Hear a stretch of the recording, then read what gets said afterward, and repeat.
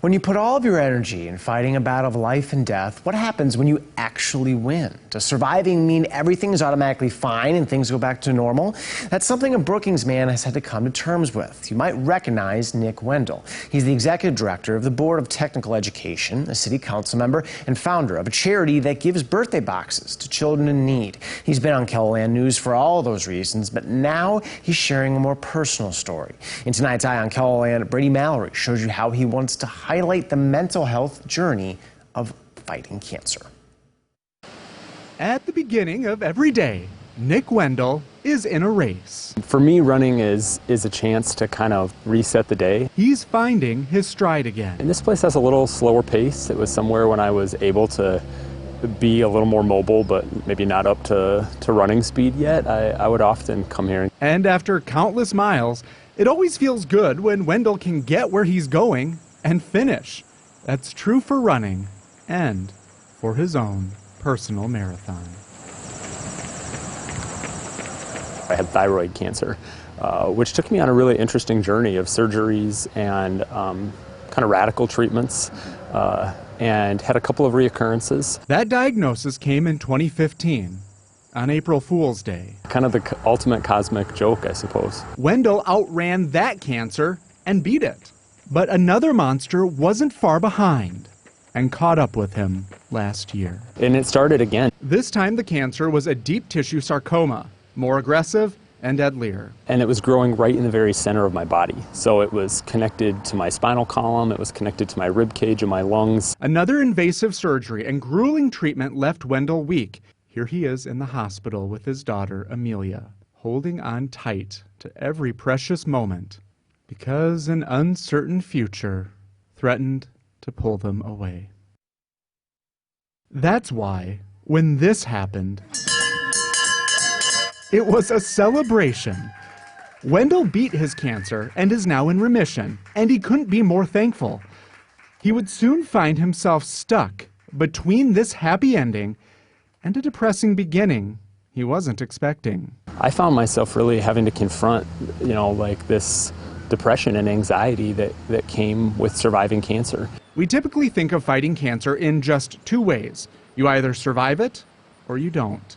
Wendell's focus on his physical health momentarily distracted him from a complicated toll to his mental health. But wait, Wendell beat cancer twice.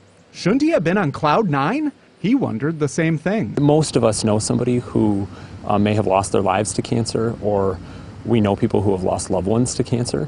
And so you do feel a certain amount of guilt that you're not just celebrating survival, but some of the realities of cancer make survival hard to celebrate. Financial burdens, depression, fear, and survivor's guilt are just some of the things people have to reckon with after they ring the bell. And I remember just laying there thinking, I cannot be the only one.